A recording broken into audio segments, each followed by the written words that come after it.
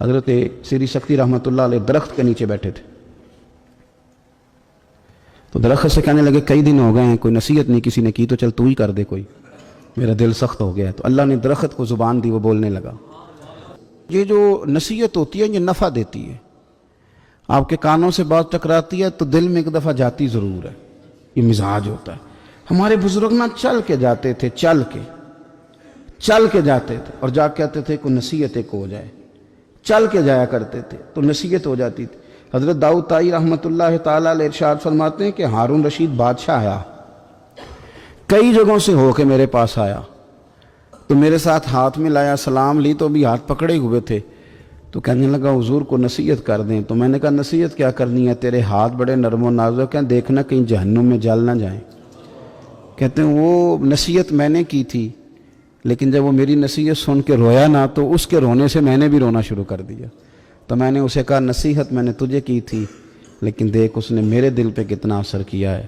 نصیحت ہمیشہ یہ بھی غفلت سے جگائے گی، کوشش کریں کوئی بات سیکھیں، کسی سے کچھ سنیں، کوئی خیر کا جملہ لیں، تاکہ دل جو ہے نا وہ مردہ۔ حضرت سری سکتی رحمۃ اللہ علیہ درخت کے نیچے بیٹھے تھے، تو درخت سے کہنے لگے کئی دن ہو گئے ہیں کوئی نصیحت نہیں کسی نے کی، تو چل تو ہی کر دے کوئی، میرا دل سخت ہو گیا ہے۔ تو اللہ نے درخت کو زبان دی، وہ بولنے لگا، کہنے لگا میری طرح کے بن جائیں، خود دھوپ میں جلتا ہوں، لوگوں کو چھاؤں دیتا ہوں، لوگ روڑے مارتے ہیں اور میں انہیں پھل دیتا ہوں۔ تو حضرت فرمانے لگے تیری بات نے میرے اوپر بڑا اثر کیا، ایک سوال نہ پوچھ لوں؟ کہنے لگا پوچھ لیں۔ تو فرمانے لگے تو اتنا ہی اچھا ہے تو تیرا انجام کیوں نہیں اچھا؟ جب تو خشک ہو جاتا ہے تجھے جلا ہی دیا جاتا ہے۔ اصل تو یہ نا کہ انجام بندے کا ٹھیک ہو، آخرت اس کا انجام ٹھیک ہو، تجھے جلا دیا جاتا ہے۔